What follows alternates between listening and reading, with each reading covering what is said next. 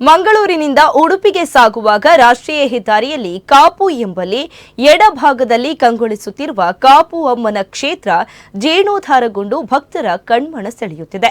ಶರವೇಗದ ಬಸ್ಸಿನಲ್ಲಿ ಫ್ಲೈಓವರ್ನಲ್ಲಿ ಸಾಗುತ್ತಿರುವವರು ಪ್ರಯಾಣದ ಆ ಒಂದು ಕ್ಷಣದಲ್ಲಿ ಕಣ್ಮುಚ್ಚಿ ಜಗನ್ಮಾತೆಯನ್ನ ಧ್ಯಾನಿಸುತ್ತಾರೆ. ಕಾಪು ಮಾರಿಯಮ್ಮನ ದೇವಾಲಯ ಎಂದು ತಲೆ ತಲಾಂತರಗಳಿಂದಲೂ ಜನಪದರ ಬಾಯಿಯಲ್ಲಿ ನಲಿದಾಡುವ ಕಾಪು ಅಮ್ಮ ಹೊಸ ರೂಪದಲ್ಲಿ ಜನಮನವನ್ನ ತುಂಬಿಕೊಂಡಿದ್ದಾರೆ. ಸಾವಿರಾರು ದುಡಿಯುವ ಕೈಗಳು, ಲಕ್ಷಾಂತರ ದಾನಿಗಳ ಕರಗಳು ಪರಸ್ಪರ ಜೋಡಣೆಗೊಂಡು ಇಂದಿನ ಕಾಪು ಅಮ್ಮನ ಗದ್ದುಗೆ ನಿರ್ಮಾಣಗೊಂಡಿದೆ. ರಾಜ್ಯದ ಧಾರ್ಮಿಕ ದತ್ತಿ ಇಲಾಖೆಯ ಅಡಿಯಲ್ಲಿ ಬರುವ ಪ್ರಥಮ ದರ್ಜೆಯ ದೇವಾಲಯವಾದ ಇದರ ಜೀರ್ಣೋದ್ಧಾರಕ್ಕೆ ಇಲಾಖೆಯ ಅನುಮತಿಗಳು ಅಗತ್ಯವಾಗಿತ್ತು.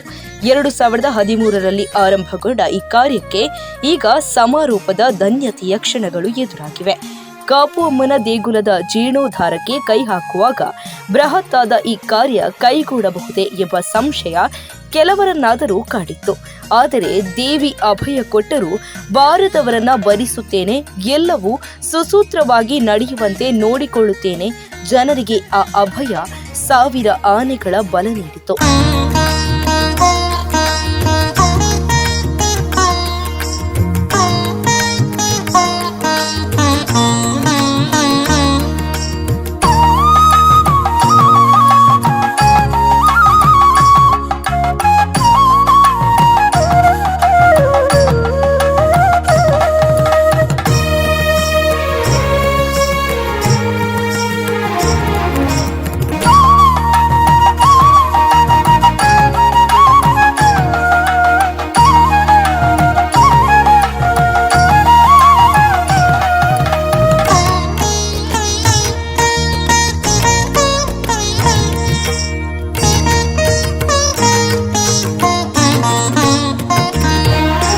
ಮಾಹಿತಿ ಸಂಗ್ರಹ, ಪ್ರಚಾರ, ಧನ ಸಂಗ್ರಹಕ್ಕೆಂದು ಪ್ರತ್ಯೇಕ ಸಮಿತಿಗಳು ರಚನೆಯಾದವು.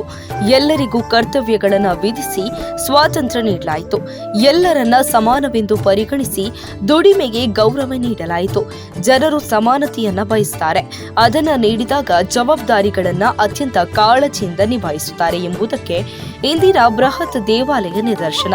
ಹಿಂದೆ ಸಂಪತ್ತಿನ ಕೇಂದ್ರಗಳಾಗಿದ್ದ ರಾಜಮನೆತನಗಳು, ಸಾರ್ವಭೌಮರು ದೇವಾಲಯಗಳನ್ನು ನಿರ್ಮಿಸುತ್ತಿದ್ದರು.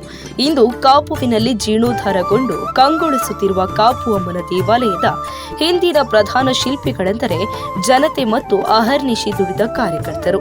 ಜನರಿಂದ ನಿರ್ಮಾಣಗೊಂಡ ಈ ಶಕ್ತಿ ಕ್ಷೇತ್ರ ಜನರ ಒಗ್ಗಟ್ಟಿನ ಶಕ್ತಿಯ ಪ್ರತೀಕ. ಉದ್ದೇಶ ಪ್ರಾಮಾಣಿಕವಾಗಿದ್ದರೆ ಅದಕ್ಕೆ ಯಶಸ್ಸು ಖಚಿತ ಎಂದು ಸಾರುತ್ತಿದೆ ಇದರ ಭವ್ಯ ಗೋಪುರ. ಇಂದಿನ ದಿನಮಾನಗಳಲ್ಲಿ ನಿಂತು ಕಾಪು ಅಮ್ಮನವರ ದೇವಾಲಯ ಜೀರ್ಣೋದ್ಧಾರ ಕಾರ್ಯದ ಆರಂಭಿಕ ಹಂತಗಳನ್ನು ಅವಲೋಕಿಸಿದಾಗ ಪವಾಡವೊಂದು ಘಟಿಸಿದೆ ಎಂಬ ಭಾವನೆ ಮೂಡದೇ ಇರದು. ಜೀರ್ಣೋದ್ಧಾರದ ಪ್ರಚಾರವನ್ನ ಕಾಪು ಭಕ್ತರು ಆರಂಭಿಸಿದ ಪರಿಯೇ ಒಂದು ಹೊಸ ಪಥದ ನಿರ್ಮಾಣ.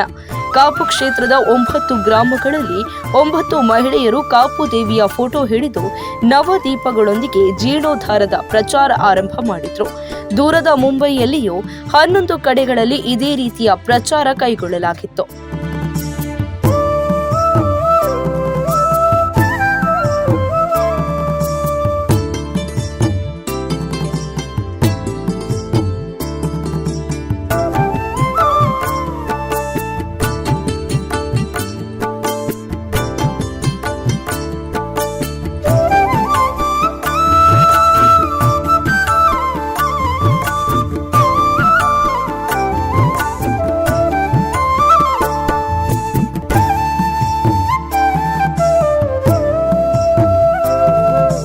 ಸಮಾಜವನ್ನ ಹೇಗೆ ಬೆಸೆಯಬೇಕು ಎಂಬುದಕ್ಕೆ ಇದೊಂದು ಅತ್ಯುತ್ತಮ ಉದಾಹರಣೆಯಾಗಿ ನಿಲ್ಲುತ್ತದೆ. ಪುಣೆಯಲ್ಲಿ ಇದರ ಪುನರಾವರ್ತನೆಯಾಯಿತು. ಜಗತ್ತಿನ 18 ಕಡೆಗಳಲ್ಲಿ ಪ್ರಚಾರ ಸಮಿತಿ ರಚನೆಯಾಗಿ ಸಭೆಗಳು ನಡೆದವು. ಜಗಜ್ಜನನಿ ಜಗನ್ಮಾತೆಯನ್ನ ಜಗತ್ತು ಕೊಂಡಾಡುವಂತಾಯಿತು. ಕರ್ನಾಟಕದ ಹುಬ್ಬಳ್ಳಿ, ಧಾರವಾಡ, ದಾವಣಗೆರೆ, ಶಿವಮೊಗ್ಗಗಳಲ್ಲಿ ಪ್ರಚಾರ ಸಭೆಗಳು ನಡೆದವು.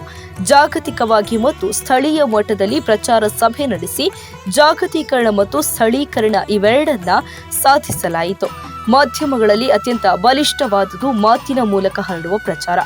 ಎಲ್ಲ ಜಾತಿ ವರ್ಗದವರು ಅಮ್ಮನನ್ನ ತಮ್ಮ ಆರಾಧ್ಯ ದೇವರು ಎಂದು ಜೀರ್ಣೋದ್ಧಾರದ ಬಗ್ಗೆ ಮಾತನಾಡತೊಡಗಿದ್ರಿಂದ ಕಾಪು ಅಮ್ಮ ಎಲ್ಲರ ನಾಲಿಗೆ ಮೇಲೆ ಮೆರೆದ್ರು. ಕಾಪುವಿನ ಅಮ್ಮನ ಮಕ್ಕಳು ಎಂಬ ತಂಡವನ್ನ ರಚಿಸಲಾಗಿದ್ದು, ಇದರಲ್ಲಿ ಅಧಿಕೃತವಾಗಿ 99,999 ಮಕ್ಕಳು ನೋಂದಣಿಗೊಂಡಿದ್ದಾರೆ. ನವದುರ್ಗ ಲೇಖನ ಯಜ್ಞ ಎಂಬ ಪರಿಕಲ್ಪನೆಯೊಂದಿಗೆ ಪ್ರತಿಷ್ಠಾ ಸಂದರ್ಭ ಸಂಕಲ್ಪ ವಿಧಿವಿಧಾನಗಳೊಂದಿಗೆ ಸಂಯೋಜಿಸಲಾಗಿದೆ. ಎಲ್ಲಾ ಕೆಲಸಗಳು ಮಾರಿಯಮ್ಮ ಮತ್ತು ಉಚ್ಚಂಗಿ ಇಚ್ಛೆಯಂತೆ ನಡೆಯುತ್ತವೆ ಎಂಬ ನಂಬಿಕೆ ಜನರಲ್ಲಿದೆ. ಜನರ ನಂಬಿಕೆಯನ್ನ ದೇವಿ ದೃಢ ಮಾಡಿದ್ದಾರೆ. ದುಡಿದ ಕೈಗಳು, ನೀಡಿದ ಕೈಗಳು ಅಜ್ಞಾತವಾಗುಳಿದು ದೇವಿ ಮೆರೆಯುತ್ತಿದ್ದಾರೆ. ಧರ್ಮದ ಪ್ರಧಾನ ಉದ್ದೇಶವು ಇದೇ ಎಂಬ ಸಂದೇಶ ಸಾರುತ್ತಿದ್ದಾರೆ ಕಾಪು ಅಮ್ಮ ತನ್ನ ಎಂದಿನ ಅಭಯ ಹಸ್ತದೊಂದಿಗೆ.